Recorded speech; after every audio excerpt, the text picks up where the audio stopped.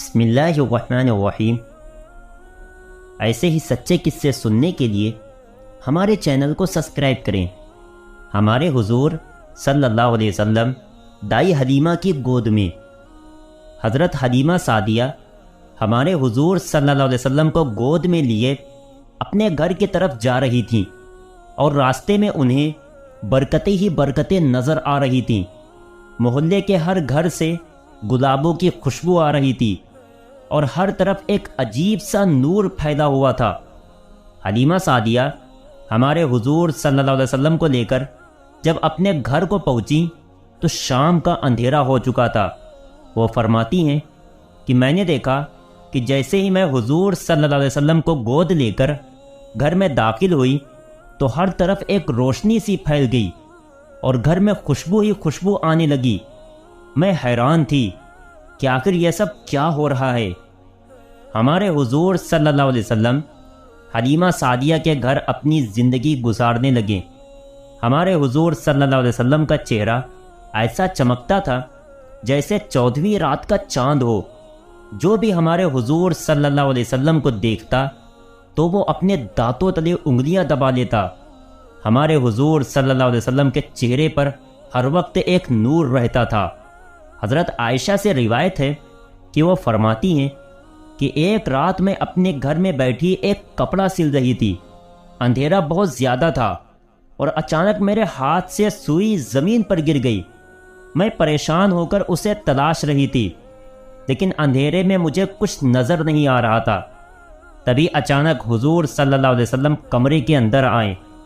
آپ کے چہرے سے ایسا نور نکل رہا تھا کہ مجھے کمرے میں وہ سوئی بالکل صاف نظر آ گئی، اور میں نے اسے اٹھا لیا۔ ہمارے حضور صلی اللہ علیہ وسلم حلیمہ سعدیہ کے گھر زندگی گزارتے رہے۔ حلیمہ سعدیہ ہمارے حضور صلی اللہ علیہ وسلم کو دودھ پلاتی اور انہیں بولنا سکھاتی، ان کی آنکھوں میں کاجل لگاتی، ان کے سر میں تیل لگاتی، اور انگلی پکڑ کر انہیں چلنا سکھاتی۔ ان دنوں قبیلہ بنو سعد میں بہت زیادہ غریبی تھی، یہاں تک کہ زمینوں پر گھاس تک نہیں اگتی تھی۔ اس علاقے کے جانور اور بکریاں چرنے جاتے تو شام کو بھوکے لوٹتے تھے، اور ان کے تھنوں میں دودھ کا ایک قطرہ بھی نہیں ہوتا تھا۔ لیکن حلیمہ سعدیہ جب سے حضور صلی اللہ علیہ وسلم کو اپنے گھر لے کر آئی تھیں تو ان کی بکریاں جب بھی چرنے جاتی تو شام کو پیٹ بھر کر واپس لوٹتی۔ محلے کے دوسرے لوگ اپنے چرواہوں پر غصہ ہوتے کہ تم لوگ بھی اپنی بکریاں جا کر وہیں چرایا کرو جہاں حلیمہ سعدیہ کی بکریاں چلتی ہیں، جہاں حلیمہ سعدیہ کی بکریاں چرتی ہیں۔ محلے والوں کے چرواہے یہی کرنے لگے، اور اپنی بکریاں حلیمہ سعدیہ کی بکریوں کے ساتھ چرانے لگیں۔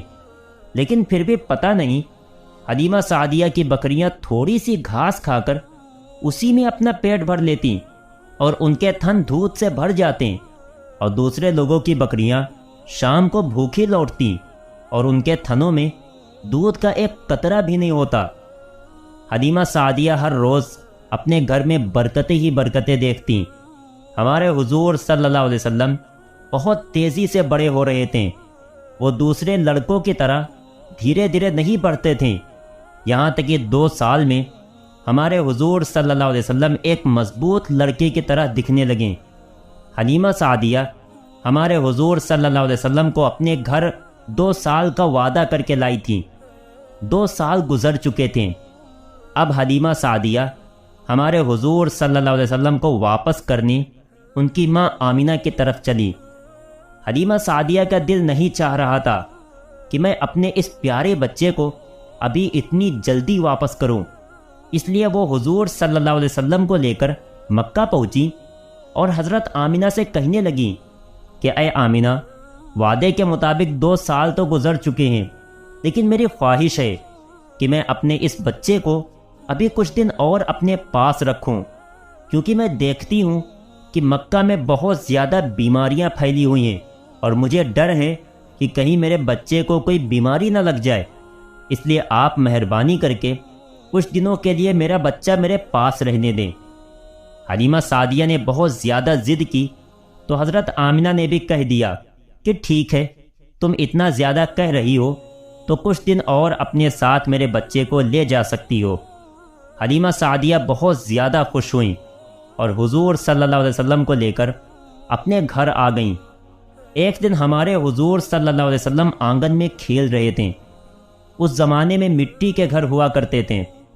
حلیمہ سعدیہ اپنا کچھ کام کر رہی تھیں اور ان کے شوہر سامنے ایک چارپائی پر لیٹے ہوئے تھے کہ تبھی وہاں سے کچھ یہودی لوگ گزرے۔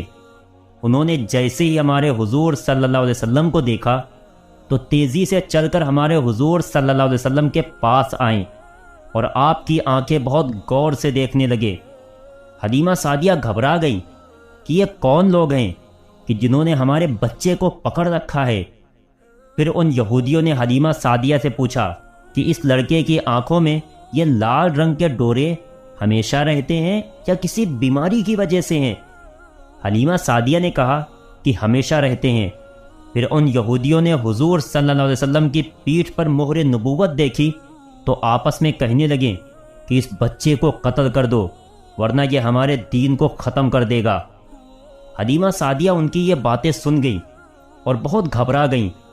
تبھی ان یہودیوں نے حلیمہ سعدیہ سے پوچھا کہ اس بچے کا باپ کہاں ہے؟ حلیمہ سعدیہ نے فرمایا کہ وہ سامنے چارپائی پر لیٹے ہیں۔ یہ سن کر یہودیوں نے کہا کہ اگر تو کہتی کہ اس بچے کا باپ مر چکا ہے تو ہم اسے ابھی قتل کر دیتے۔ یہ کہہ کر وہ یہودی وہاں سے چلے گئے۔ حلیمہ سعدیہ بہت زیادہ گھبرا گئی تھیں، لیکن اسی واقعے کے کچھ ہی دنوں بعد حلیمہ سعدیہ کے گھر کے پاس سے کچھ عیسائی لوگ گزرے۔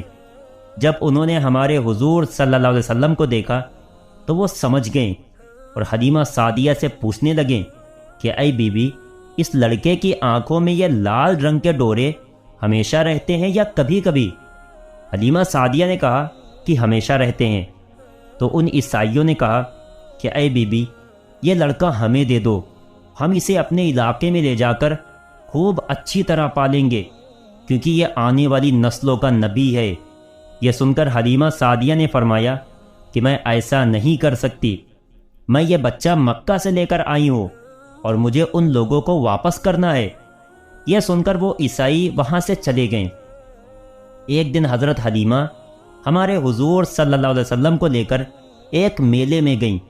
یہ میلہ عکاظ نامی ایک بستی میں لگا کرتا تھا۔ اس میلے میں عرب کے بڑے بڑے لوگ آتے تھے اور پورا مہینہ ہر طرف چہل پہل رہتی تھی۔ حضرت حلیمہ ہمارے حضور صلی اللہ علیہ وسلم کو لے کر اسی میلے میں پہنچی کہ تبھی ایک جادوگر عورت کی نظر ہمارے حضور صلی اللہ علیہ وسلم کے اوپر پڑ گئی اور اس نے چیختے ہوئے لوگوں سے کہا، اے لوگو، اس بچے کو قتل کر دو ورنہ یہ آنے والے زمانے میں تمہارے بتوں کو گرا دے گا اور تمہارے دین کو ختم کر دے گا۔ حلیمہ سعدیہ نے جیسے ہی یہ باتیں سنی تو بھیڑ میں حضور صلی اللہ علیہ وسلم کو لے کر چھپ گئیں۔ لوگوں نے ہمارے حضور کو بہت تلاش کیا، لیکن اللہ کی مدد کہ وہ لوگ ہمارے حضور صلی اللہ علیہ وسلم کو نہ پا سکیں۔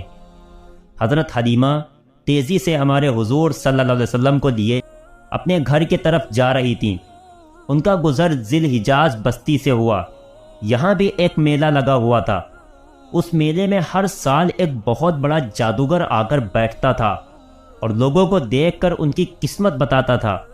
جب حضرت حلیمہ ہمارے حضور صلی اللہ علیہ وسلم کو لے کر اس جادوگر کے پاس سے گزری تو اس جادوگر کی نظر جیسے ہی ہمارے حضور صلی اللہ علیہ وسلم پر پڑی تو اس نے چیخنا شروع کر دیا اور کہنے لگا کہ اے لوگو، اس لڑکے کو مار ڈالو ورنہ یہ تمہارے دین کے ماننے والوں کو ختم کر دے گا اور تمہارے بتوں کو توڑ دے گا اور عرب سے تمہارے باپ دادا کی نشانیاں ختم کر دے گا۔ یہ کہتے ہوئے وہ جادوگر حضور صلی اللہ علیہ وسلم کی طرف جھپٹا تاکہ آپ کو پکڑ کر جان سے مار دے، لیکن اسی وقت اس پر اللہ کا عذاب آ گیا اور وہ پاگل ہو گیا اور پھر اسی پاگل پن میں اس کی موت ہو گئی۔ یہ ساری چیزیں دیکھ کر حلیمہ سعدیہ بہت زیادہ گھبرا گئیں اور انہوں نے گھر آ کر اپنے شوہر کو سب کچھ بتایا تو وہ کہنے لگے کہ اے حلیمہ، مجھے تو اس بچے کے بارے میں اب ڈر لگنے لگا ہے، تم جتنا جلدی ہو سکے اس بچے کو اس کے گھر مکہ واپس کر آؤ۔ اس بات کو کئی دن گزر گئے۔ ایک دن ہمارے حضور صلی اللہ علیہ وسلم نے اپنی ماں حلیمہ سعدیہ سے پوچھا کہ اے امی جان، یہ دن بھر مجھے اپنا بھائی عبداللہ اور اپنی بہن شیمہ نظر نہیں آتی، وہ دونوں دن میں کہاں چلے جاتے ہیں؟ تو حلیمہ سعدیہ نے بتایا کہ بیٹا، وہ دونوں دن میں بکریاں چرانے جاتے ہیں اور شام کو واپس آتے ہیں۔ تو حضور صلی اللہ علیہ وسلم نے کہا کہ امی جان، کل میں بھی ان کے ساتھ بکریاں چرانے جاؤں گا۔ اور پھر اگلے دن سے حضور صلی اللہ علیہ وسلم بھی اپنے بھائی بہن کے ساتھ بکریاں چرانے جانے لگیں۔ 3 دنوں بعد دوپہر کے وقت اچانک حضرت شیمہ اور ان کے بھائی عبداللہ دوڑتے ہوئے گھر آئیں اور حلیمہ سعدیہ کے سامنے روتے ہوئے کہنے لگیں کہ اماں جان، ہمارے مکی بھائی کو 2 لوگوں نے پکڑ لیا ہے اور ان کا سینہ پھاڑ دیا ہے اور وہ ان کے سینے سے کچھ نکال رہے ہیں۔ یہ سن کر حضرت حلیمہ سعدیہ تو بہت زیادہ گھبرا گئیں اور اپنے شوہر کے ساتھ جنگل کی طرف بھاگی۔ جنگل میں پہنچ کر دیکھا کہ ہمارے حضور صلی اللہ علیہ وسلم ایک طرف کھڑے ہوئے ہیں اور کانپ رہے ہیں۔ حضور کے چہرے کا رنگ بدلا ہوا تھا۔ حلیمہ سعدیہ نے پہنچتے ہی حضور صلی اللہ علیہ وسلم کو گلے سے لگا دیا اور کہنے لگیں کہ اے میرے بچے، تمہیں کیا ہو گیا؟ تم پریشان کیوں ہو؟ تو حضور صلی اللہ علیہ وسلم نے انہیں سب کچھ بتا دیا کہ اے اماں جان، میں اکیلا یہاں کھڑا ہوا تھا کہ اچانک 2 آدمی آئے۔ انہوں نے سفید چادر پہنی ہوئی تھی۔ اس میں سے ایک نے دوسرے سے پوچھا، کیا یہ وہی لڑکا ہے؟ تو دوسرے نے کہا، ہاں یہ وہی لڑکا ہے کہ جس کے بارے میں اللہ نے حکم دیا ہے۔ اور پھر ان دونوں نے مجھے زمین پر لٹا دیا اور میرا سینہ پھاڑ کر اندر سے کوئی چیز نکالی اور اسے پھینک دیا، پھر میرے سینے کو کسی چیز سے سل دیا۔ اماں جان، مجھے اتنی دیر ذرا بھی درد نہیں ہوا۔ یہ شق صدر کا واقعہ ہے کہ اللہ تعالیٰ نے حضرت جبریل و میکائیل علیہ السلام کو بھیجا تھا اور حضور صلی اللہ علیہ وسلم کے اندر سے وہ چیز نکلوا دی تھی کہ جس کی وجہ سے انسان گناہ کرتا ہے اور شیطان اس پر حاوی ہوتا ہے۔ تو ہمارے حضور صلی اللہ علیہ وسلم کو بچپن ہی سے پاکیزہ بنا دیا گیا تھا۔ یہ سن کر حلیمہ سعدیہ بہت زیادہ گھبرا گئیں اور حضور صلی اللہ علیہ وسلم کو لے کر اپنے گھر پہنچیں۔ شوہر نے کہا کہ اے حلیمہ، اب تم دیر نہ کرو، بلکہ آج ہی اس بچے کو لے کر مکہ جاؤ اور اسے اس کی ماں کے حوالے کر دو۔ مجھے ڈر ہے کہ اب اس بچے کے ساتھ کچھ برا ہونے والا ہے۔ حضرت حلیمہ سعدیہ حضور صلی اللہ علیہ وسلم کو لے کر مکہ کی طرف چل دیں۔ 2 دنوں کے سفر کے بعد وہ مکہ پہنچیں، لیکن ابھی وہ مکہ میں داخل ہو ہی رہی تھیں کہ اچانک ہمارے حضور صلی اللہ علیہ وسلم ان کے ہاتھوں سے کہیں غائب ہو گئیں۔ وہ بہت پریشان ہو گئی۔ شام کا وقت ہو رہا تھا اور حضرت حلیمہ ادھر ادھر ہمارے حضور صلی اللہ علیہ وسلم کو تلاش کر رہی تھیں، لیکن کچھ پتہ نہیں لگ رہا تھا۔ آخر پریشان ہو کر دوڑتی ہوئی حضرت عبد المطلب کے پاس پہنچی اور کہنے لگیں کہ اے عبد المطلب، میں آپ کے پوتے محمد کو واپس کرنے مکہ آ رہی تھی کہ پتہ نہیں مکہ کے پاس اچانک وہ کہیں غائب ہو گئیں۔ میں نے انہیں بہت تلاش کیا لیکن کچھ پتہ نہ چلا۔ یہ سن کر عبد المطلب بھی پریشان ہو گئے اور انہوں نے اپنے لڑکوں کو دوڑایا کہ جاؤ جلدی سے مکہ میں ہر طرف ڈھونڈو کہ میرا پوتا کدھر ہے، جلدی کرو، کہیں ایسا نہ ہو کہ اسے کوئی بھیڑیا اپنا شکار بنا لے۔ سارے لوگ پریشان ہو کر ہمارے حضور صلی اللہ علیہ وسلم کو ڈھونڈنے لگے۔ حضرت عبد المطلب کعبے میں گئے اور اس کا غلاف پکڑ کر روتے ہوئے اللہ سے دعا کی کہ اے اللہ، میرے پوتے محمد کی حفاظت فرمانا، وہ جہاں بھی ہو اسے صحیح سلامت میرے پاس بھیج دیجیے۔ اتنی دیر میں ورقہ بن نوفل اور ایک دوسرے آدمی عبد المطلب کے پاس حضور صلی اللہ علیہ وسلم کو لے کر آئے اور آگے بڑھاتے ہوئے کہا کہ اے عبد المطلب، یہ آپ کا بیٹا ہے، ہمیں مکہ کے باہر ایک جنگل میں ملا تھا۔ حضرت عبد المطلب نے حضور صلی اللہ علیہ وسلم کو گلے سے لگا لیا اور پھر انہیں لے کر کعبے کا طواف کرنے لگے اور اللہ سے دعائیں مانگنے لگے کہ اے اللہ، میرے بچے کی حفاظت فرمانا۔ اور پھر عبد المطلب نے حضور صلی اللہ علیہ وسلم کو حضرت آمنہ کے پاس بھیج دیا۔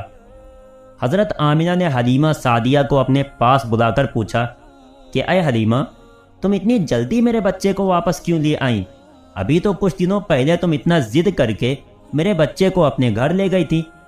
حلیمہ سعدیہ نے فرمایا کہ اے آمنہ، ہمارا آپ کا وعدہ 2 سال کا ہوا تھا کہ میں 2 سال اس بچے کو اپنے یہاں دودھ پلاؤں گی۔ اب 2 سال گزر چکے ہیں، اس لیے میں چاہتی ہوں کہ اب آپ ہی اپنے بچے کو پالیں۔